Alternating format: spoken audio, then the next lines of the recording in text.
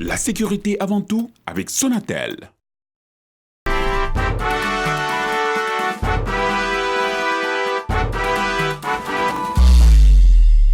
Salam alaikum chers téléspectateurs di leen dalal ci seen émission le meilleur et le pire alors xam naa ni yàkkamti ngeen ko torop alors sans plus tarder dama leen bàyyi ngeen seetaan seen poursuite ak seen agent Amul Yaakaar et puis on se retrouve tout de suite après. Salam alaikum chers téléspectateurs du Gambette di leen dalal seen émission le meilleur et le pire semaine bi topp na ñeenti oto bi ci njëkk benn Renault Express la. Suñu véhicule numéro 2 benn Golf la suñu véhicule numéro 3 benn taxi la suñu véhicule numéro 4 benn clando la ñu xool seen comportement ci tali bi. bon ñoo ngi topp Renault Express bi nekk suñu kanam ñu xool ban comportement lay am moom tamit ci kaw tali bi bon egg na ci benn intersection signalé na correctement génn na. gis nga fii par exemple da ngay gis oto yu bëri jël fii bëgg a traverser avenue de la République soit ñu dem vers le palais soit ñu génn boor Madeleine te panneau d'obligation bi dafa la ne yow nga jaar soit à gauche soit à droite waxuloo benn yoon oto yi dem traverser fële ñii waruñu traverser gis nga agent baa ngi leen di indiquer ne nañ jaar à gauche mais ñoom dañuy bëgg a insister pour traverser fii. bon ñoo ngi ginnaaw benn Golf ñu ngi au niveau du rond-point du ministère de l'Intérieur signalé na à droite ñu xool moom tamit ban comportement lay am ci kaw tali bi. donc suñu véhicule numéro 1 moo nekkoon noonu ñu xool suñu véhicule numéro 2 mooy Golf bi. actuellement 4x4 bi dafa doon arrière sax ba mu bëgg benn taxi donc ce stationnement de part et d'autre là vraiment rafetul ci avenue de la République. ñëw na fii def na temps d'arrêt am signalé na actuellement comme émission ba le passé ñu ngi doon sensibiliser nit ñi ci ligne continue bi fii vous voyez donc moom dafa mel ni ba léegi jéemul génn respecté na ligne continue bi. donc moom defagul infraction ñu xool suñu conducteur numéro 3. bon ñoo ngi jël taxi Carina bi nekk suñu kanam. ñu xool moom tamit ban comportement lay am ci kaw tali bi actuellement ñoo ngi ci Albert Sarraut bi jógee booru place de l'Indépendance di jëm booru CCAO. donc moom boo koy xool rek oto bi vraiment jekkul ci transport en commun. actuellement ñëw na ci intersection bi BCEAO bi signalé na à gauche.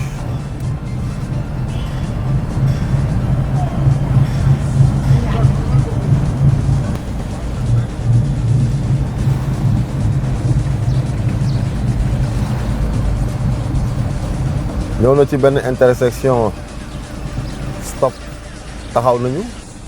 donc ñu xool suñu conducteur numéro 4. actuellement ñu ngi ci Lamine Gueye bi bu lay xoolee ñu ngi juste en face pharmacie Gambetta mais 307 bii nekk suñu kanam boo ko xoolee nga xam ne mu ngi ci kaw tali bi nekkul sax ci parking donc clando yi dañuy ñëw ngoon ci partie yi fii ci biir Dakar ci Sandaga par exemple gaare seen oto yi façon bi. wàcc di dem wuti ay clients ci biir donc vous voyez ñu ngi actuellement chauffeur baa ngi garé oto bi ci kaw tali bi wàcc na dem na ci bopp koñ bi fële pour wuti ay clients. gis nañ comportement bi ñu delluwaat suñu chauffeur numéro 1. waruñu fa jël fii la ñu war a jël à gauche fii agent baa ngi wax ak moom mais mu ngi signalé. donc moom ñu taxawal ko fekkoon na sax déjà agent bi arrêté ko parce que fii waru fi jàdd. panneau bu rond bi fond bleu bi panneau obligation la. ça va Jamba. ça va bien. bien merci. ça va monsieur. vous n'avez pas vu le panneau d'obligation. Oui, non. vous n'avez pas vu. C'est nouveau. le panneau là il est là depuis longtemps. est-ce que vous pensez que vous devez traverser. Chaque fois je fais ça. Hein? Chaque fois je le fais. non est-ce que c'est normal que vous le faites. Vous ne savez pas. Le panneau, vous n'avez pas vu le panneau. Vous n'avez pas fait attention. Mais aussi la configuration. Vous avez vu le premier véhicule. L'agent a demandé au premier véhicule de passer à gauche. Voilà, pour moi, le véhicule, il a changé à cause de la circulation. Hein? Pour moi, le véhicule, il a changé à cause de la circulation. Passez-moi le permis. La carte grise.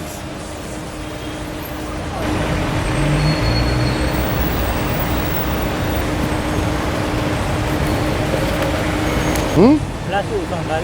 Non, centrale.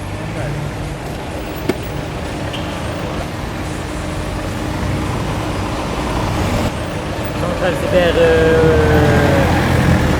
Andalous, non? Le commissariat central. C'est vers Andalous. Oui. donc moom verbalisé nañ ko parce que fi mu jógee côté poste république bi sens interdit la ci moom dafa war a jël soit à gauche côté station bi wala mu jël à droite pour rejoindre la corniche mais dañuy taree ku jéggi boulevard de la république bi pour jëlee à gauche donc chauffeur yu bëri dañ koy def mais nañ ci bàyyi xel donc ñu delluwaat suñ conducteur numéro 2 moom tamit ñu taxawal ko deful benn infraction. Ça va boss. góor gi na nga def. yaa ngi ci jàmm. alhamdulilah. bien merci. dañ la toppee depuis le ministère de l'intérieur.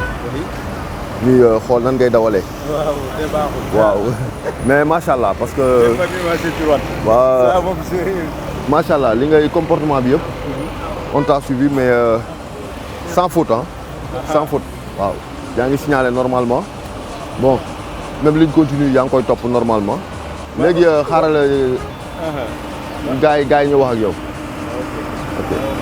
asalaamaaleykum tonton. waaleykum salaam. yaa ngi woon sa émission le meilleur et le pire émission bi nga xam ne dañuy topp oto yi di xool seen comportement ci kaw tali bi gis nañ ne biñ la toppee ba tey defoo benn infraction ñun ak suñu ay partenaires. Bookie Angle bi service ak waa Orange am nga compte Orange Money. waaw am naa ko. waa xam naa dañ lay jox sa bon de lavage ak nga jox ñu sa téléphone ñu envoyé la sa Orange Money tonton noo gisee émission bi.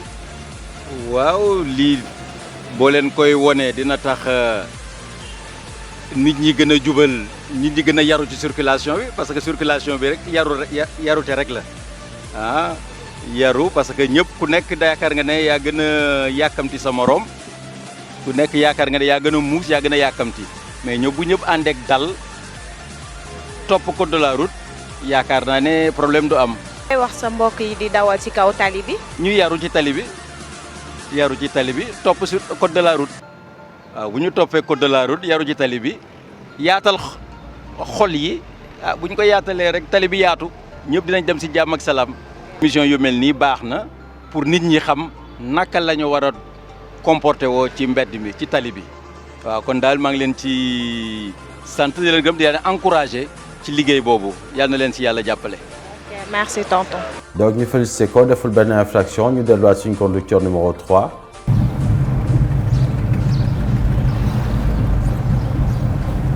ñëw na ci benn intersection stop taxaw nañu mu ngi signalé gis nga ni mu jëlee rond point bi dagg na correctement jàdd na mu ngi signalé ba tey.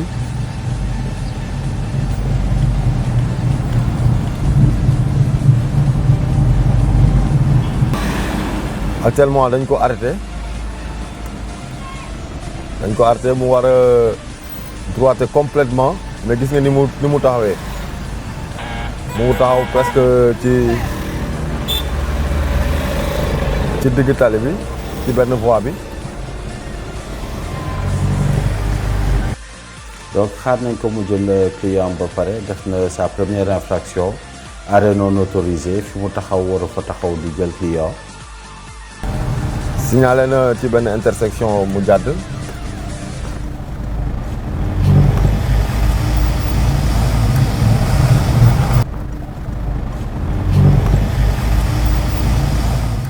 donc mu ñëw ci embouteillage yi ñu bàyyi ko fa dem xooliwaat suñu clando bi.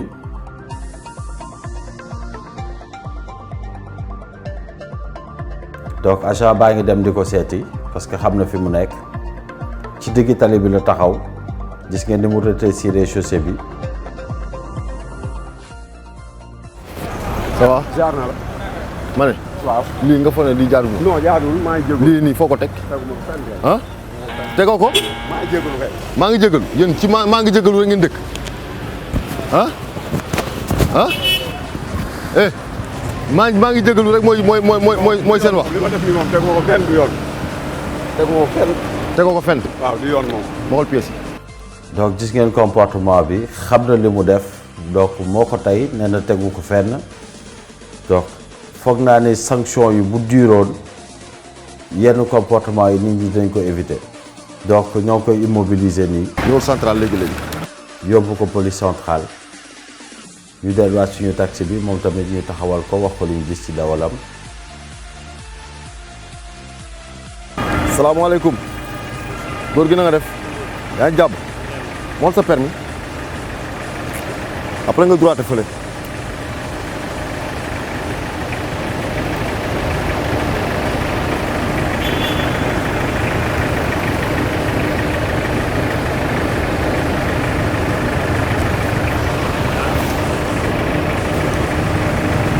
ñu ngi la toppee ci Albert Sarraut bi di xool nan ngay dawalee ma topp sa ginnaaw. bon yaa ngi signalé normalement yaa ngi dawal normalement mais booy jël client loo war a def. droite est-ce que def nga ko. waaw. ma baal la ak. xam nga droite woo. waa seereel droitel fee.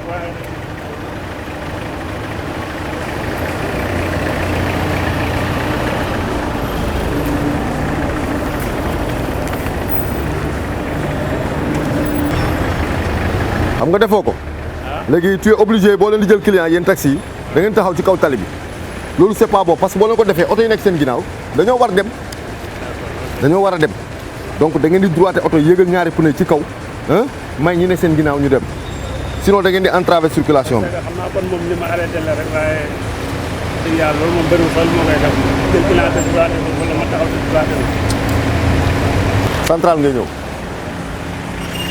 incha allah.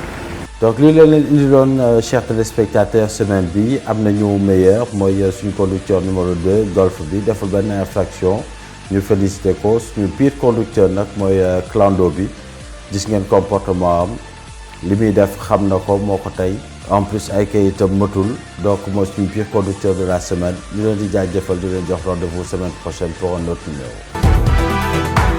gis ngeen ko chers téléspectateurs tey nag am nañ meilleur conducteur maanaam ko xam ni dawalam dafa jaar yoon dawalam dafa jaar ci code de la route teg ci nag mu yor ay papiers yu mat alors ñu koy féliciter bu baax a baax di wax chauffeur yi nga xam ne nag ñooy seetaan émission bi ñu roy ci moom def attention ci kaw tali bi. def attention ci kaw tali bi nag mooy tax tey ñu wax ci li nga xam ni moo ñu jaaxal torop muy semaine bi ñu génn am nañ plus de 20 morts yoo xam ni la ñu remarqué ci accident de la route yi. mu doon loo xam ne daf ñu nakari torop parce que tey nag émission bi li ñu leen di andil ci 2STV émission bi amul beneen intérêt lu dul wàññi accident de la route yi. alors bu ñu gisee nag tey nag accident yu bëri yi mort yu bëri yi nag daf ñuy jaaxal torop alors ñu wax chauffeur yi ñu gën a def attention ñu teey ci kaw tali bi ku nekk di nga yegg fi nga jëm boo teeyee ku nekk tamit nag booy dawal na nga nekk ci en état de conduire boo xam ni da nga sonn na nga nelaw boo yeewoo nga dawal sa oto boo xam ni nag xëy na da nga am loo naan wala am loo tux na nga nelaw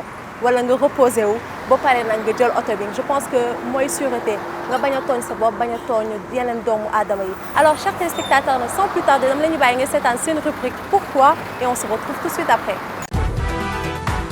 émission bi émission de sensibilisation la certes mais comme li ñu koy waxee rek dañuy ñaan yàlla mu jàppale ñu parce que moom rek moo mën loolu mu jàppale ñu ba ñi koy seetaan di bàyyee xel ci vraiment lépp loo xam ni war na mën a indi jéyee ci tali bi muy seen équipement technique muy saggante bi ñuy saggan bu ñu waree jàdd du ñu signaler muy taxawaay yu bon yi ñuy am des fois di ko def ci kaw tali bi nga war a wàccee client taxaw ci digg tali bi war a am soxla fenn gaare oto bi ci digg tali bi li gën a rafet mooy nga aj sa ñaari pneu ba nga bañ a tere sa morom jàll donc yooyu yëpp but bi du pour sanctionner les gens tout simplement dañoo bëgg tamit doomu aadama yi di ci jàng. fi ñu nekk nii mu am loo xam ni tamit war nañ ci mën a wax yaa ngi gis chantier yi ñu wër di nit ñi tegee seen gravats yi xeer yeeg suuf si souvent sax dañuy teg seen fer yi ba oto bu ci jàllee mën na bëtt sa pneu wala mu yàq ko te gis nga ni mu demee fi mu doon nii dañuy rétrécir la chaussée fii nii yi sax tane na am na lu ko mun a protéger lu war a wadd mais souvent dañ koy bàyyi noonu. voilà donc li ngay wax ni problème de comportement la am na loo xam ne tey nit ki ci boppam moo war a mën a jël matuwaay parce que li ñuy wax tooñ baaxul am leen loo xam ne tooñ lañ ko mën a tuddee tali bi nit ñaa ngi naan mbedd buur la d'accord mais tali bi ñun ñëpp a ko bokk am leen loo xam ne waruma man en tant que citoyen en tant que doomu aadama mais jël ay weñ wala jël ay gravats sotti ko ci fi oto yi war a mën a jaar dafa di ay mbir yoo xam ne nit ku nekk war na ko moytoo def. waaw parce que li ngay tabax yow c'est un usage personnel te yaa ngi lor des centaines de personnes ñoo xam ni ay usagers lañ tali boobu la ñu war a aw pour doxi seen soxla yow yaa ngi leen di bloquer ndax sa yitte boobu.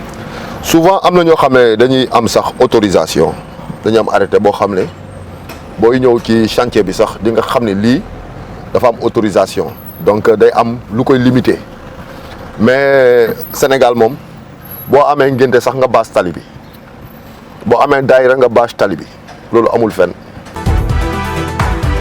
Voilà, chers téléspectateurs, comme chaque mardi, à mon âme, je présente une émission Le meilleur et le pire. Alors, en espérant que vous ayez attention à Kaw Talibi. Alors, je vais vous dire, envoyer des commentaires et des suggestions sur une page Facebook, sur une compte Twitter ou sur une page YouTube Le meilleur et le pire. Je pense que vous avez sur une page. Alors, quant à moi, je vous donne rendez-vous mardi prochain à la même heure sur la 2STV. Au revoir.